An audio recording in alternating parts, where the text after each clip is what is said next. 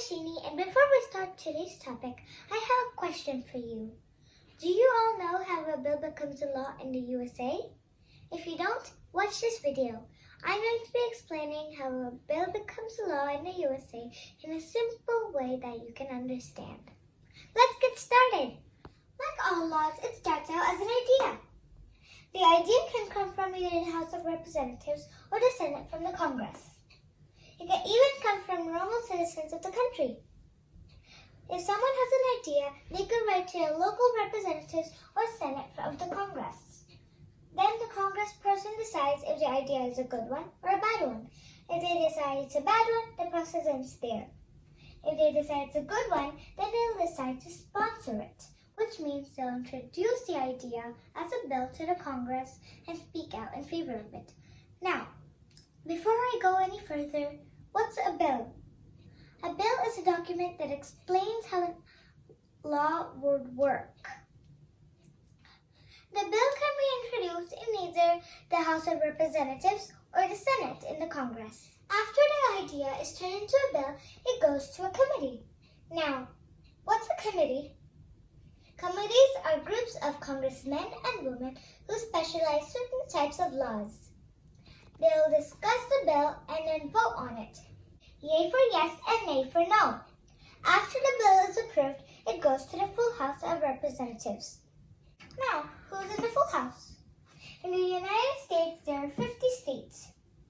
And in that, each state has a number of representatives. So the bigger the state, the more representatives there are. Like Texas, it's a very big state, so it'll have a lot of representatives, like 36.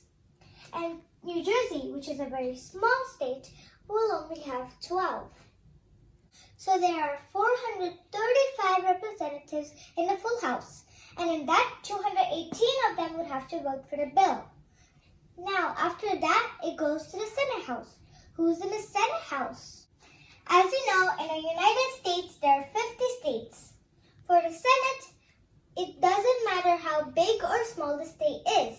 For example, Texas is a very big state, but it will still have 2 senators. Or New Jersey is a very small state, so it will still have 2 senators. Now, in the Senate House, there are 100 senators.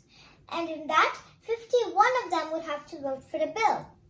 If both houses don't agree with the bill, it goes back to the committee to see if they can fix anything. Or sometimes it even gets thrown out for good.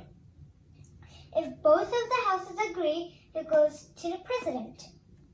After the bill goes to the president will read it and will have 2 options. He can either sign the bill or veto the bill. If he signs the bill turns into a law and it goes in the Constitution. But if he vetoes the bill, it goes back to the Congress and each house would have to vote 2/3 for the bill to become a law or to override the president's veto. So that means in the House of Representatives, out of 435 representatives, 290 of them would have to vote for the bill to become a law. And in the Senate House, out of 100 senators, 67 of them would have to vote for the bill to become a law. After both houses agree, they can override the president's veto and it goes back into the Constitution as a law. So this is how an idea becomes a bill and a bill becomes a law in the USA. Now, before we end this video, I have a challenge for you. So now that you know the process of how a bill becomes a law, I want you to write the same thing in the comments below without looking at the video again.